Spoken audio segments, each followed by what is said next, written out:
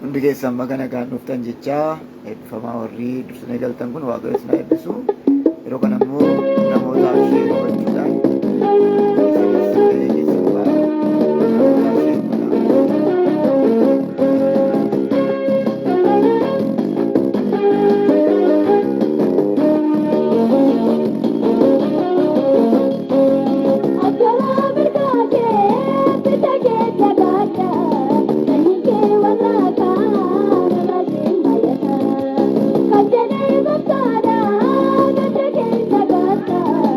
Thank you.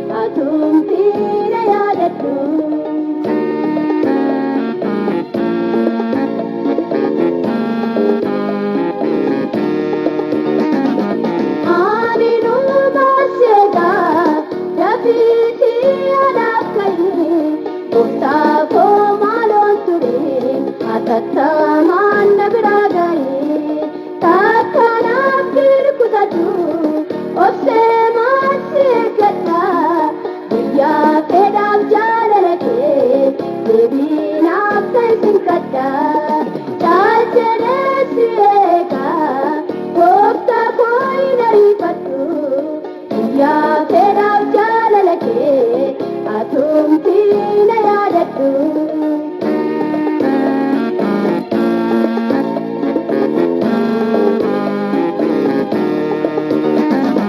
Alla kata ripisu, baya yo baya kayu, dapatina yadate, indar bandung tayu, oh se masih kata.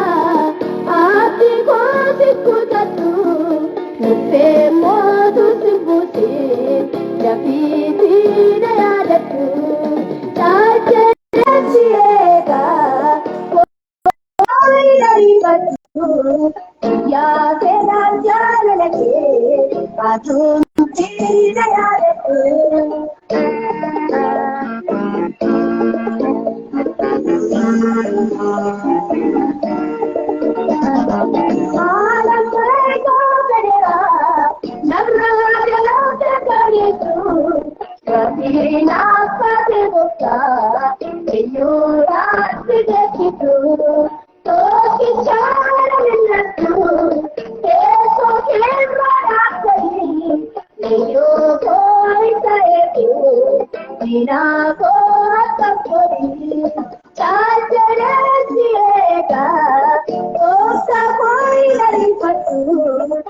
Ya sedang jalan ke, atum tina yadatu.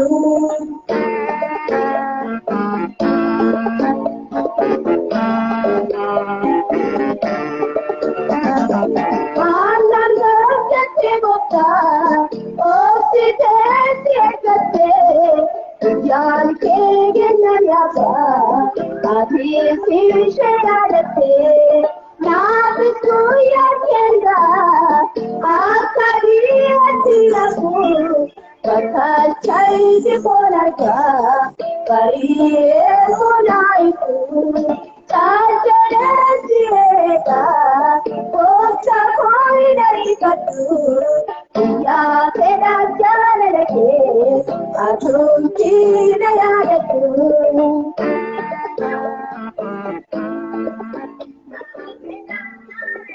Eebbifama akkasumas eebbisu ammallee namoota sheer gochuun irraanfatina sheer godhaachi gara dubbii waaqayyoo deemna ammasitti sheer namootaaf godha. Eebbifama akkasumas eebbisu ammallee namoota sheer gochuun irraanfatina sheer godhaachi gara dubbii waaqayyoo deemna. Eebbifama akkasumas eebbisu ammallee namoota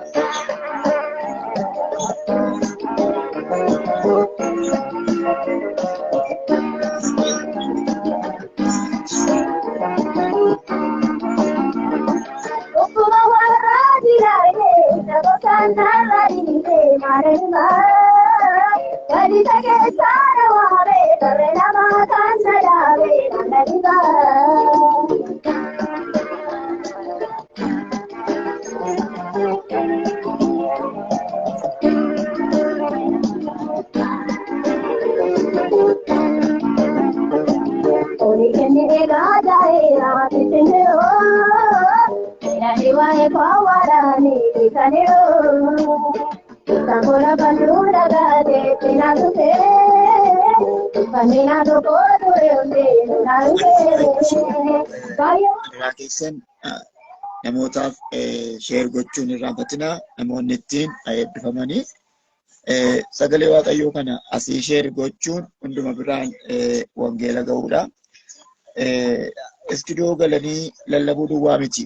Wangeela lallabuun isa simbira dhufe kan yeroo sheer gootanii inni hunduma bira yeroo ga'u fuuldura waaqayyootti hundi keenya gadi argannaa jechuudha. Yeroo baay'ee namoonni sheer gochuun bu'aa masaa yuun beekanii sheer gochuu wangeela dhugaa ba'uudha. Yeroo baay'ee namoonni yoo sheer gochuu baadhee rakkoo maalii qabaa jedhanii deebisu yeroo jedhu namoota bira yoo ga'e hin fayyadaa jechuudha malee waan biraan qabu. Namoota bira yoo ga'e hin fayyadaa bu'aan isaa immoo kan nama hundumaati. Kanaaf itti gargaarama adaraa keessan maaliif wangeela dhugaa ba'uun dirqama nama hundumaati. Kanaaf jechuu koodha. Eebbifamaa galatoomaa adaraa keessan hin irraanfatinaa sheer gochuu. Mereka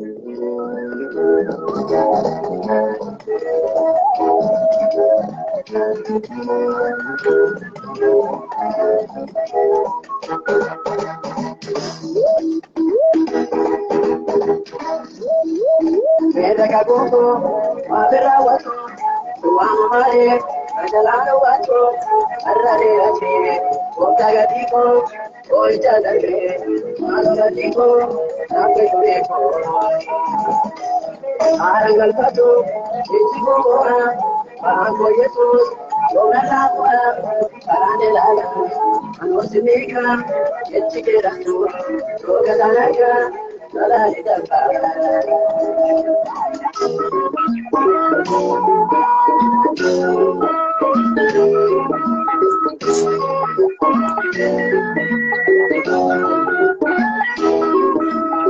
Akayo sarat, akaru pati, akasu mambo, iseba wati, idom desamu, wama senafi, wata desa, arra sunafi, nagari dati.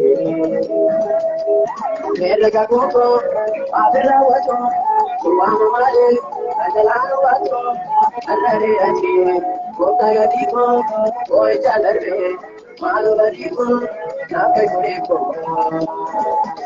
Arangal patu, ichiku kora, bangko Yesus, kora lakwa, karane lala, anusimika, ichike ratu, roga danaka, nalali daka.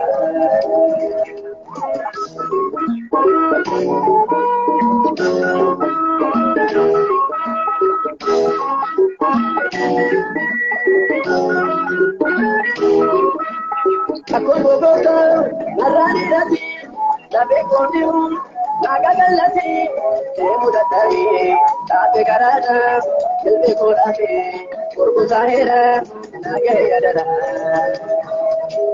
Mereka kuku, abira watu, tuang mare, ajalanu watu, arrare rati, kota gatiko, koi chadare, malu gatiko, tape kureko. Arangal patu, ichiku kora, bangko Yesus, kora lakwa, karane lala, anusimika, ichike ratu, roga danaka, nalali daka.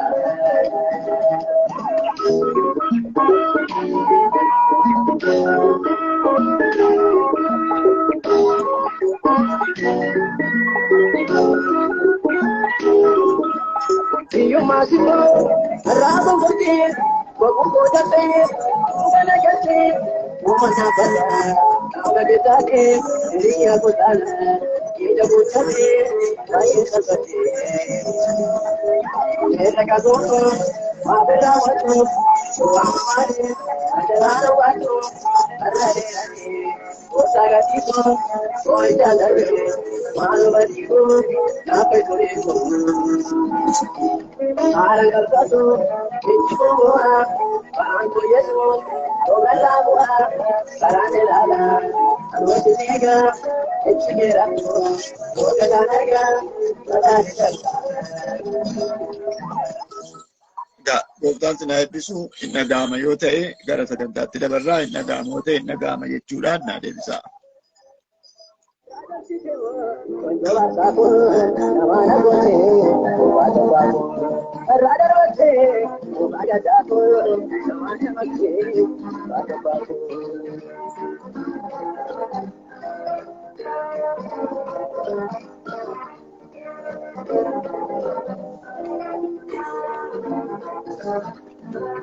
Wana kate, wana komate, wadi dana namara kate.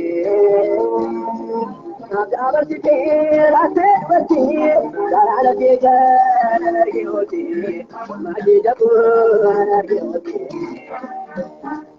Madara rike, abaya se, boboja. Raja site ho, gobar satu, namara kote, namara Raja Rote, Agadabu, Amanamate, Agababu.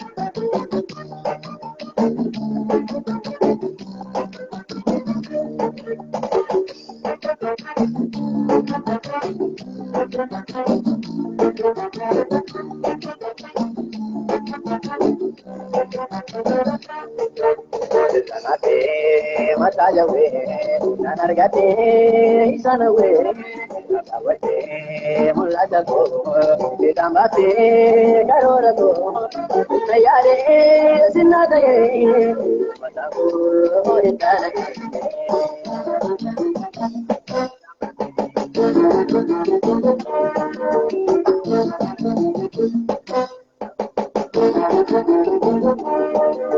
Adubani baradera, adi kame gamadera, isigadu galadago, agurachi dewagago, ate matajawe, nanargate isanawe, awate muladago, itambate garorago, nayare dinadaye, matabu enganaye.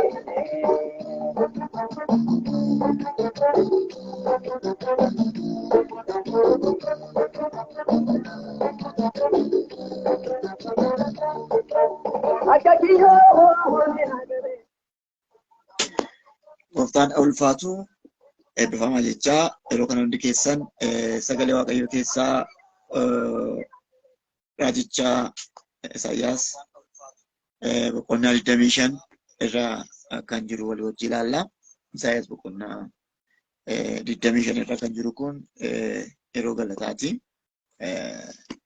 Bara Isaayyaas gara amantii gara wangeelaatti dhufee bara dukkanaa, bara hamaa, bara rakkisaadha. Yeroo itti namoonni waaqayyoon wallaalan keessa ture.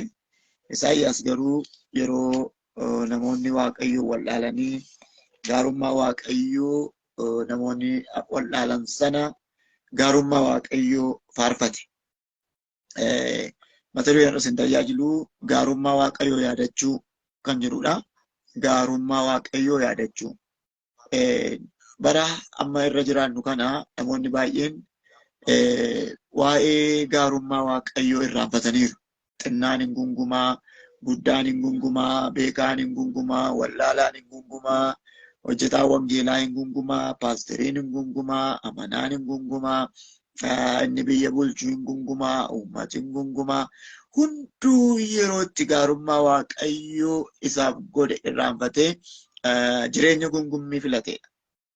Yeroo hundumti isaanii abdii kutatanii ofirra gad ta'anii gungumaa jiran. Namni yeroo hundumaa mo'icha argatu warra akkamiiti yoo jettan, warra yeroo hundumaa gaarummaa waaqayyoo yaadatanidha. Warri namni yeroo hundumaa gaarummaa waaqayyoo yaadatu mo'icha qaba. Isaayyaas bara Isaayyaas gara amantii gara tajaajilaatti dhufee wanti hundumtu warra kutaadha. Amala Isaayyaas macaafa kana keessatti amala gurguddaa 5 irratti agartu. Amala raajota gurguddaa warra kaan irratti nagarra. Isaayyaas amala gurguddaa 5 agartu. Amala gurguddaa 5 isin Isaayyaas irratti agartan inni hangafaaf inni guddaan maanni dukkana keessa taa'ee ifa dhufaa'edha. Ifa raaja. Abdii kutannaa irraaju, hin badduu irraaju, hin cabduu irraaju. Roonsiniin jedhu hin jajjabeessatu hin ta'in dukkana keessa taa'ee ifi tokkoon dhufaa'edha. Ifi tokkoon dhufaa.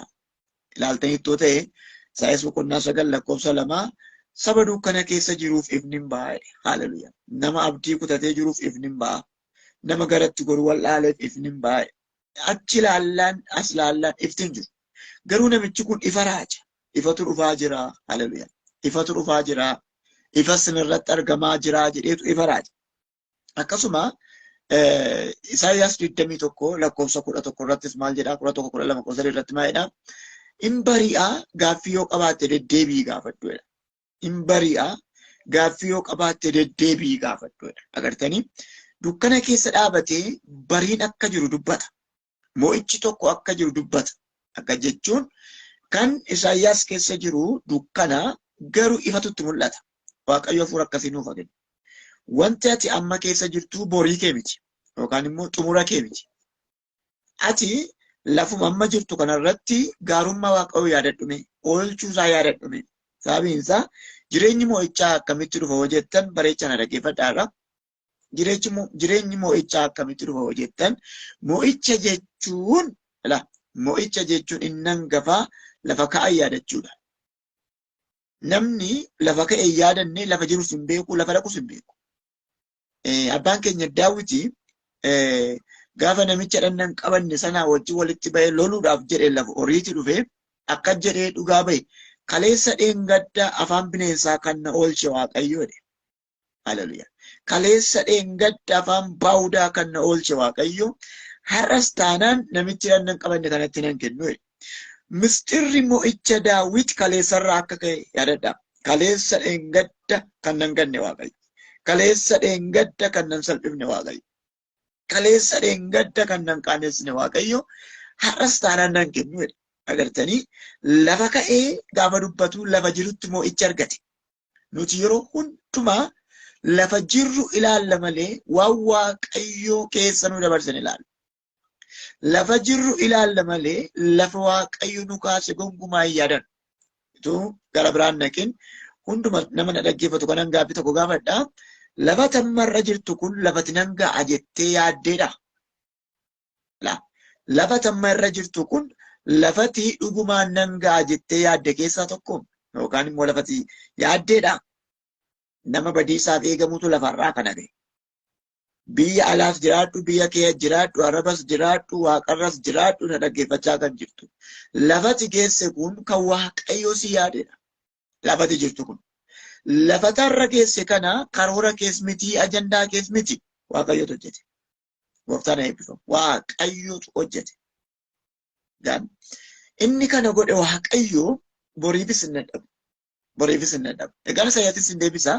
Isaayyaas amala isaa inni lammaffaaf inni guddaan akkamii yeroo gara raajummaatti dhufe Isaayyaas raajummaa duwwaatu hin ta'in jaarsa araaraa ta'ee dhufe.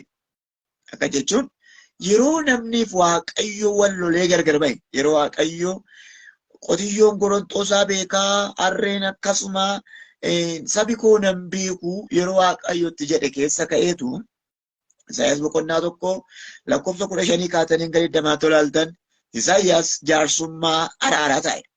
Waaqaaf nama walitti araarsuudhaaf jaarsummaa araaraa ta'e. Akkas jedhee kottaa mee walii wajjin dhugaa baafnaa jedha Waaqayyo. Kottaa walii wajjin waa mari'annaa isiniin jedha Waaqayyo. Hoo cubbuun keessan akka dhiigaa isin diimessellee akka jirbii cabbii dama adiin sin godhaa. Araaran sinii godhaa. Kottaa jaarsummaa araaraati. Akkas jedhe Waaqayyo sinitti araarama jedhe Waaqayyo. Laala bara namaaf Waaqayyo waliin oodan bara wanti hunduu dukkanaa'ee namni quufatti goree sirbatti goree barri kun bara Uziyaati. Uziyaan limaatii baay'isee qamadiin biyya macheessee namni Waaqayyo hin jiru yeroo jedhe sanatti Isaayyaas jaarsummaa araaraa ta'e. Araaran sinii godha. Egaa jedhe booddee lakkoofsa 8 malaalaa. Yoo diddanii kaatan billaa sin nyaataa ishii yoo jettan barakatan sinii kennaatti. Waaqayyo na gargaara. Isaayyaas baroota hamtuu akkasii kana keessa taa'eetu gaarummaa Waaqayyo yaadate. Ishee kanan barbaade. Isaayyaas boqonnaa 6tti deebi'aa ilaala. Isaayyaas boqonnaa 6 Isaayyaas waa'ee isaa yeroo dhugaa ba'e. An nama cubbamaa wajjinan jiraadha. Saba cubbamtuu gidduun jiraadha. Nama sirbuu gidduun jiraadha. Utuma warra sirban gidduu jiraachuun Waaqayyoon arge wayyoo nan bade. Lafi Isaayyaas keessa jiru hin ta'u. Sabi Isaayyaas keessa jiru hin ta'u. Yerootti Isaayyaas keessa jiru hin ta'u. Isaayyaas garuu gaarummaa Waaqayyoo yaadate. Mee Isaayyaas boqonnaa 25 lakkoofsa 1 kaa ilaala. Yaa Waaqayyoo ati Waaqayyo kooti. Amlaakee hooyi anti amlaakee nayi. Haleluyaa. Ani sin galateeffadha. Maqaa kee nan jajadha. Wanta dur akeekisaa qopheeffame isa dinqisiisaa fi amanamaa sana amma raawwatteetta. Gaarummaa isaa yaadate. Haleluyaa. Ati mandaratti tulluu koosii goote warra si jibban irratti kaate warra si miidhan hin balleessite ati anaa wajjin jirta. ati na geggeessaa jirta lakkoofsaaf lolaala ati isa deegaadhaaf iddoo baqaa taate waa ati isa deegaadhaaf iddoo baqaa taate isa dhabaas yeroo gidiraasaatti isa gargaarte bokkaa yandoo itti dheensanii fi ho'a aduu jalaa itti baqatan gaaddisaa hin tolchitee fi wanti afaan jal'ootaa keessaa ba'u akka bokkaa yandoo gannaa ho'a aduu bonaa fi akka bulluqa lafa gogaati ati isaaf garuu iddoo baqaa taate gaarummaa Waaqayyoo yaadate hiyyeessaa abeet isa sana dabarsite abeet du'a dabarsite abeet beela dabarsite abeet rakkina dabarsite galatoomi gaarummaa Waaqayyoo yaadate akka anaaf isinii kana ati gaafa na uumte mana hin jirtu ati gaafa na uumte sirrii miti jedhee naasofne Isaayyaas gaarummaa Waaqayyoo yaadate oolchuu Waaqayyoo yaadate gargaaruu Waaqayyoo yaadate jechuudha. Har'a dhalataan har'aa anaaf isinii kun gungumuu malee galateeffachuu hin beeku. Dhallaa godhe Waaqayyo. Namoota baay'ee yeroo tokko tokko biiroo dhufanii gaafa na haasofsiisan yoo nuti itti kolfe natti haroodhe manniisa malee waan nama kofalchiisu haa ta'u. Yeroo biyya lafaa keessa jiru naa wayyaaru namoonni baay'een. Inni kan biraan immoo hamma kana yeroo koo Waaqayyo wajjin fixuu nan bal'eesse. Inni kan biraan immoo ituma noo ifadhee biyya lafaa keessa ture gaarii ture. Agartanii yeroo baay'ee wanta tokko dubbadha.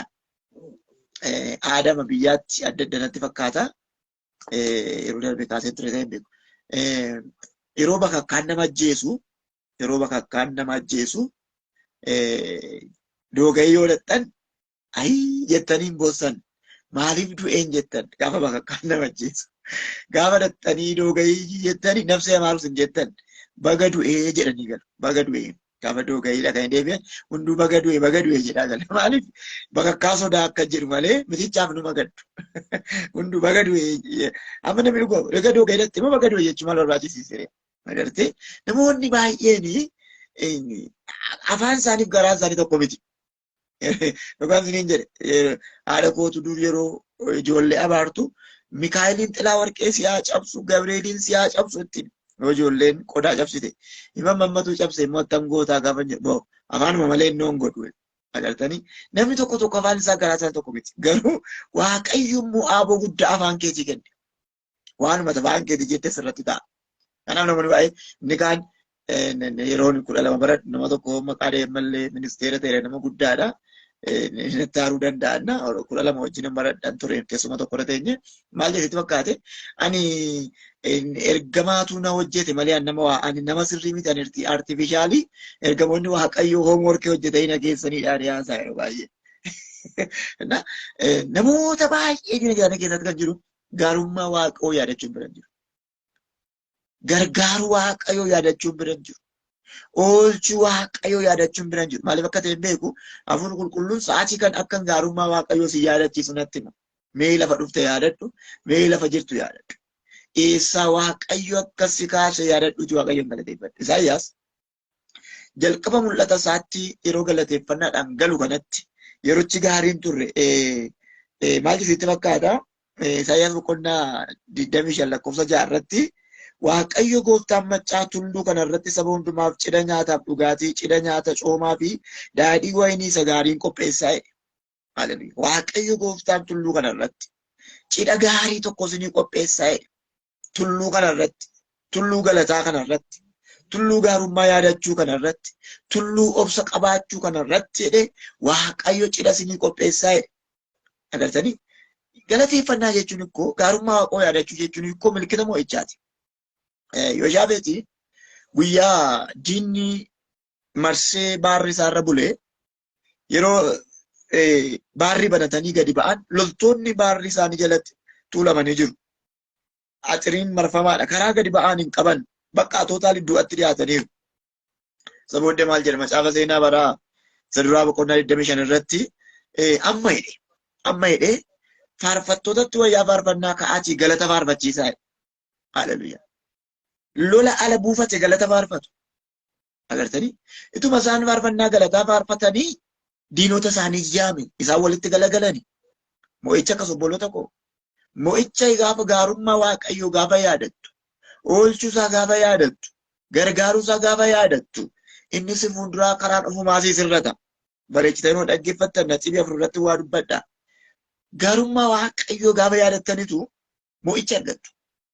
Amala Waaqayyoo keessaa galataaf yeroo namni galata dhiyeessu yeroo namni rakkatu garaatti hin taa'u hin qabu Waaqayyo. Teenkii ati dhiyeessitu Waaqayyo taa'ee fudhatu ka'ee fudhata. Waan tokko sitti agarsiise. Macaafa qulqulluu keessaa afaan waaqarraa kan ta'e jira. Afaan waaqarraa kan ta'e afaanota hedduu jira. Amaarinyaa kan hin qabaanne, Ingiliffaa kan hin qabaanne, iddoo hundumaa wadattan namni kan jedhu afaanota hedduu jira. Garuu isaan keessaa mee lama isinitti agarsiisa. Amiin kan jedhu kun Musliimis amiin jedha, Kiristaanis amiin jedha, Afrikaan amiin jedha, Ameerikaan amiin jedha, Adiin amiin jedha, Gurraacha amiin jedha. Afaan waaqarraa wanta taate. Inni lammaffaa haleluuyaadha.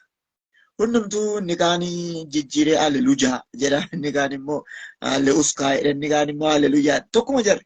Kun afaan waaqarraa jijjiiruu hin dandeenye. Yeroo hundumaa yeroo qoromsatti adeemtu yeroo rakkinni si fuuldura jiru mee calluma jedhee haleluuyaa kee gaddise. Afaan seexanni hiikuu hin dandeenyedha. Seexanni afaan hundumaa hiikuu dandeessa. Afaanota kana garuu hiikuu hin dandeessu seexanni. Afaan waaqarraa qulqullootaa wanta ta'e. Mee yeroo qoromsitti dhufu haleluuyaa jedhe. Mee yeroo dhiphina calluma jedhee haleluuyaa jedhe.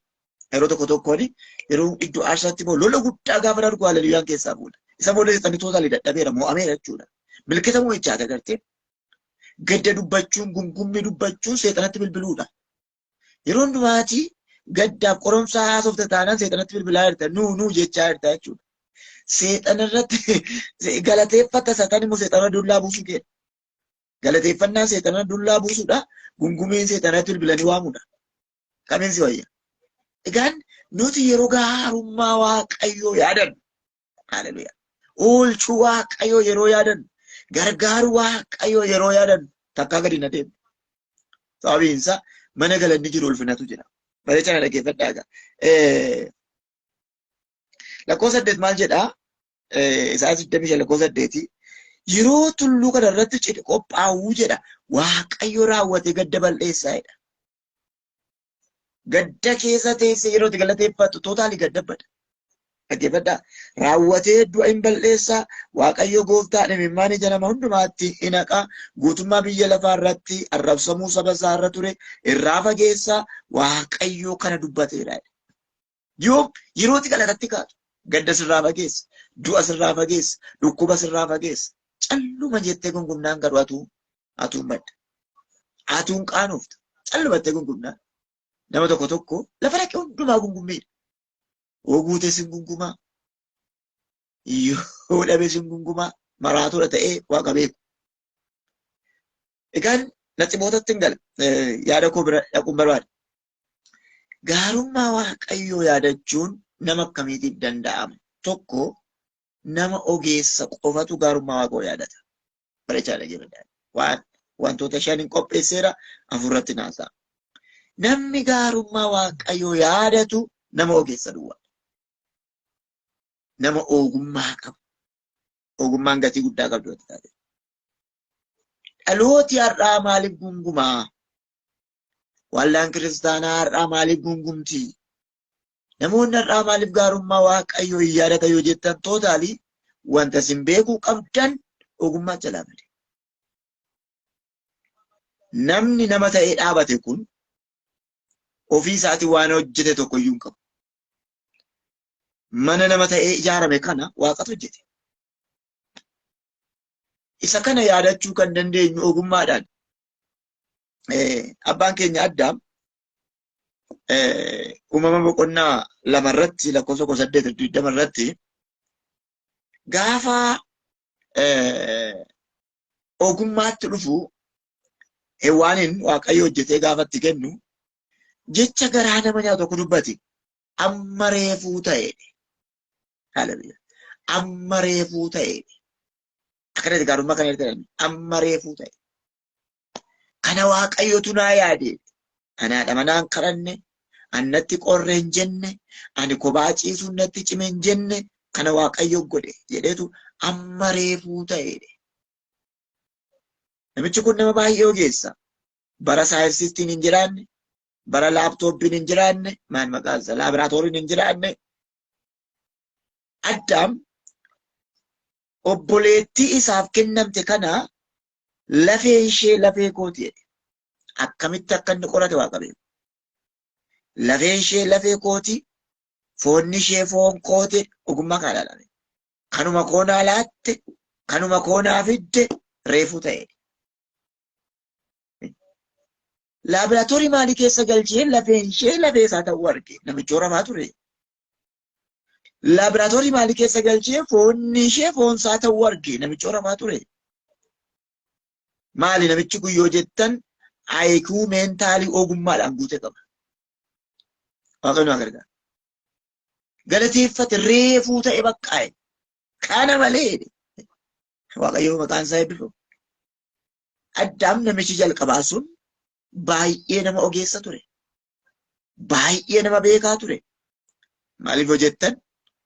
Hojjetaan jalqabaa isa qofa ture. Yeroo baay'ee namoonni hirrina Addaam cubbuusaa kufuusaa haasa'u. Garuu Addaam nama baay'ee cimaadha obboloota koo. Addaam nama baay'ee ogeessa. Maaliif hojjettan?